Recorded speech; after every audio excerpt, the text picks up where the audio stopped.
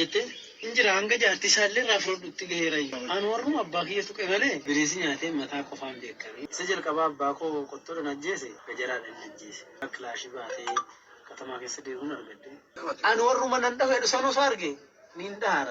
Gadda baay'ee onnee namaa cabsu dargaggoonni sadeen isin amma suuraa irratti argaa jirtan kun godina Wallagga Lixaa aanaa Iyuubdootti kan ajjeefaman jechuudha. Guyyaa kaleessa qaama mootummaatiin badii tokko malee kan ajjeefaman. Maaliif akka ajjeefamaniif eenyuun akka ajjeefaman akkasumallee maqaan isaanii eenyu akka tahe bal'inaan qabadhee isinii dhufeetiin jira. Bal'inaanin gurra isin buusa. Gama biraatiin oduun ijoon har'a isiniif qabannee dhufne xiinxalaan siyaasaa Jawaar Siraaj Muhammad rakkoo keessoo mootummaa jiru akkuma sa'aatileetti jira jechuudha. Har'alee Koomishinar Taarikuu Dirbaabaa ajajaa poolisii godina Shawaa Bahaa meeshaa waraanaa osoo gurguruu qabamuun isaa ifoomee jira jechuudha. Kanallee Jawaar Muhammad maxxansee ture bal'inaan kan isiniin gahu taha jechuudha. Daawwattoota keenya kanumaa wal qabatee jechuudha. Koomishinariin kun jechuudha gurbaa qeerroo isin amma asirratti argitan kana namni ajjeese isa tahullee ibsoomsee jira jechuudha. Xiinxalaan siyaasaa jechuudha. Nama kana ni yaadattan yoo ta'e jechuudha. Bara 4 moo bara 5 dura jechuudha qaama mootummaatiin qabamee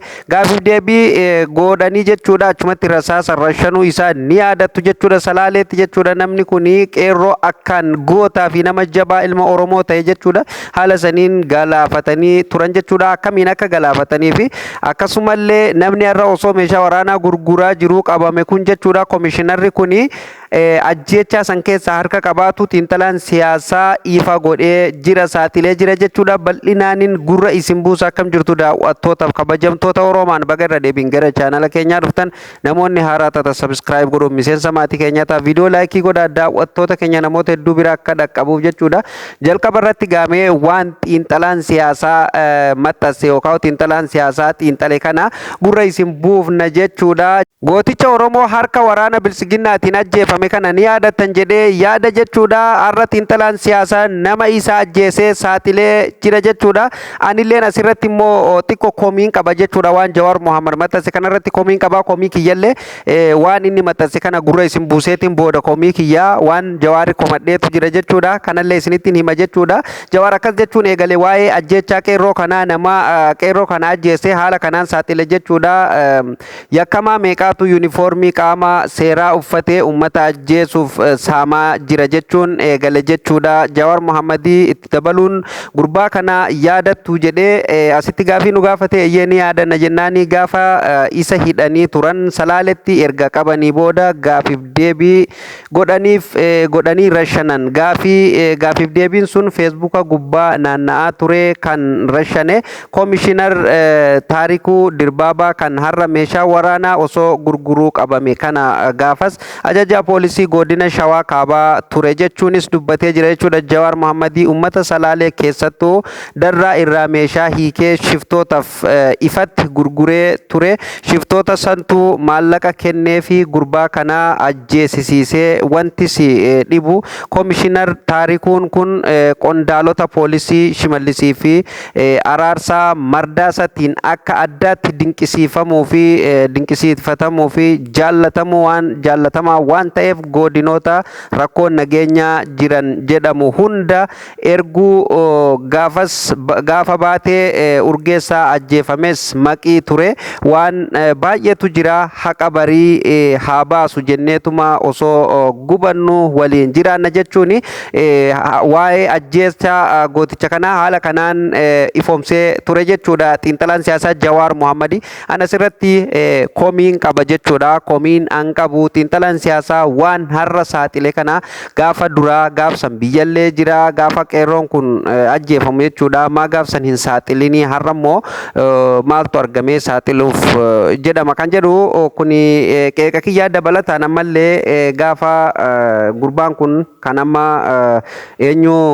Koomishinar Taarikuu Dirbaabaa kan amma meeshaa waraanaa osoo inni gurguraa jiru harkatti qabame kuni gaafa inni uummata Oromoo irratti shiraxatee uummata Oromoo san akkasitti ficcisiisaa jiru. Oromoon diina isaa beekee akka ofirraa eeguuf maaf uummata ifa hin godhin kan jedhu kuni komii kiyya jechuudha. Jawwee sila wanni akkana amma wanni darbeera waanuma gara fuulduratti dhufu jechuudha. Rakkoo uummata keenyarra nama rakkoo uummata keenyarraan gahuu fi akkasumallee uummata keenya miidhaa jiru eega inni waa balleessee harki isaa dhiigan bade osoo hin taane osoo inni uummata keenya hin miidhin miidhaa uummata keenyaa san irratti ilaalu osoo hin taane jalqaba irratti osoo saaxiltanii baay'ee gaariidha jedheen amana jechuudha.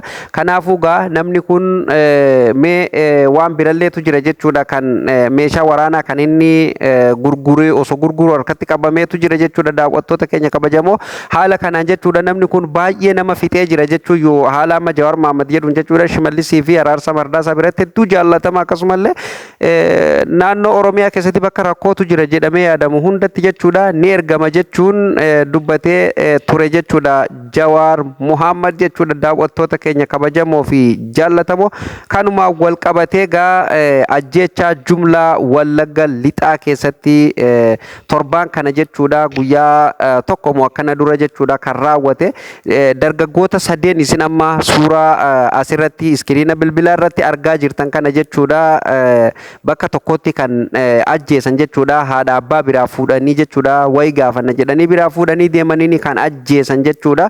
Guyyaa lama keessatti ijoollee tanaa qaxalee tanaa Wallagga lixaa aanaa Yubdoo keessatti kan ajjeesan jechuudha. Daawwattoota keenya kabajamoo hedduu gadda onnee namaa cabsu akka malee waan nama rifachiisu jechuudha. Mee gaggabaabseetiin isinitti hima jechuudha. Godina Wallagga lixaa aanaa Yubdoo kan ta'an shufeerota ogummaa isaaniitiin bulanidha. Garuu shaneef raashina geessitan jechuun sadan isaanii caakkatti yookaan bosonatti geessanii bakka tokkotti rasaasan ajjeesan qabeenya isaanii motora ibiddaan gubanii kan nama gaddisiisu jechuun namni kun haala kanaan ifoomsee jira jechuudha. Maatii isaanii biraa fuudhanii kan bahan qorannee isiniif deebisne jechuun maayyii isaanii karaa ilaalchisanii hambisan maatii isaanii jechuudha. Karaa ilaalchisanii dhumarratti yaani akka maatiin isaanii umrii guutuu ilmi keenya arra dhufa moo boruu dhufa jedhaniituma karaa gadi eegan daandii gadi eegan godhanii haala saniin dhiisanii jedhee namni kun jechuudha ergaa kan ergee ture jechuudha. Maqaan dargaggoota kanaa jechuudha tokko Naa'olee Darajjee jedhama jechuudha. Kan lammaffaa immoo Daani'eel Baacaa jedhama. Inni sadaffaalleen Daani'eelima jedhama. Abbaan isaa nun geenye immoo kan sadaffaa kana maqaan abbaa isaa nun geenye jechuudha. Haala saniin ajjeefaman jechuudha. Ijoolleen kuni gaafa 15 maatii biraa fudhatanii gaafa 17 akka ajjeesan godina Wallagga lixaa aanaa Yubdoo ganda Caaliyyaa Yeemootti kan ajjeefaman yoo ta'an jechuudha. Biyyoo itti haa salphatu jennaan egaa ijoollee kana akkasumallee dargaggoota kana jechuudha maatii isaaniitii fi firootan isaanii Rabbi haa jajjabeessu gadda nutti dhagahame asumaan ibsatu barbaanna jechuudha. Daawwattoota keenya kabajamoo fi jaallatamoo dhugaa baay'ee waan nama gaddisiisudha jechuudha.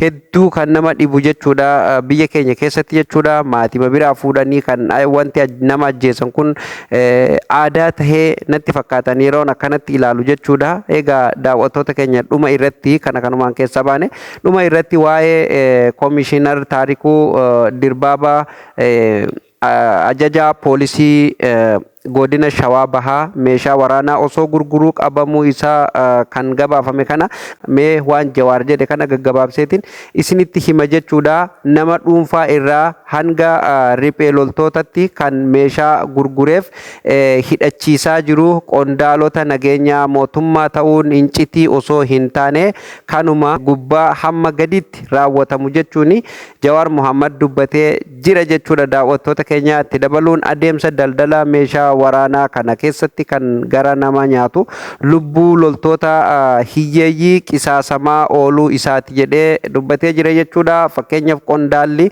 waraana mootummaa tokko jara riphee loltootaaf meeshaa gurguruuf tooftan fayyadamu tokko akkana qondaaltichii fi ajajaan riphee lolaa gama daldalaatiin waliigaluu lakkoofsaa fi gosa qawwee fi akkasumallee rasaasa gatii waliin kaayama. Gatii kana keessa hammi tokko bifa qabdiin ergama. Kana booda qondaaltichi waraana mootummaa akkaataa meeshaa san itti dhiheessuuf mijeessa.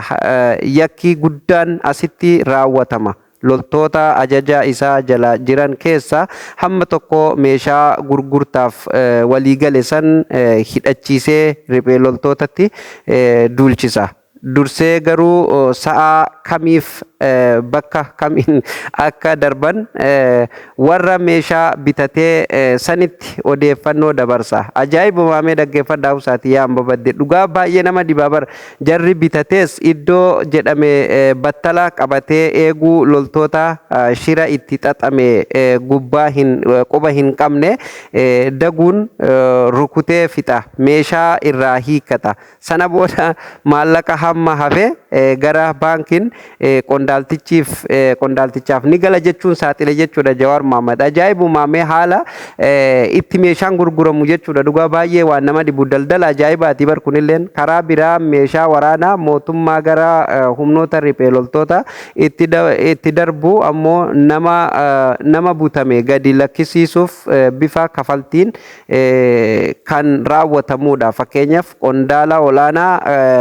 waraanaa yookaan siviilii irraa maatii butame bira miliyoona hammana yookaan qawwee rasaasa hammasii kafali jedhama. Baay'ee kan nama dhibu jechuudha ilmaan hiyyeessaa haala kanaan jechuudha shira irratti xaxame quba hin qaban jechuudha gama wobootiinis gama mootummaatiinis gidduu kanatti daaraatan jechuudha jarri asiin daldala ofii itti oofataa jira jechuudha dhuma irratti xiinxalaan siyaasaa koomishinar Taarikuu Dirbaabaa kun warra ajjeechaa baatee Urgeessaa faana balleessuuf shira keessa turanidha dhiiga miskiintichaa sanitu mucucaachisee qabsiisee dubbatee jira jechuudha Jawaar Mohaammed jechuudha. Daawwattoota keenya egaan oduuf odeessaaleen keenya har'a isiniif qabannee dhufne kana fakkaata jechuudha jawweelleen shira diinaa akkuma saaxiluu itti fufeetti jira jechuudha garuu waan saaxilan kana hundumaayyuu sila osoo hanga har'a godhan gaafa haaraa osoo wanni tun hin ta'in saaxilamte gaariidha jedheen amana jechuudha har'a immoo eega wanni taate wanni xumuramte boodani gadi baasanii dubbatu waan faayidaallee qabu natti hin fakkaanne jechuudha hundaafuu daaddishaan haala kanaan jechuudha shira mootummaa keessa jiru saaxilee jira jechuudha daawwattoota keenya kabajamoo guyyaa guyyaan oduuf odeessaalee keenya argatu fuula YouTube Oromaan subscribe godhuun miseensa maatii keenyaa ta'a viidiyoo laayikii godhaa viidiyoon irraa goolabameera sagantaa itti aanu namoota deebinutti nagaa ta'a.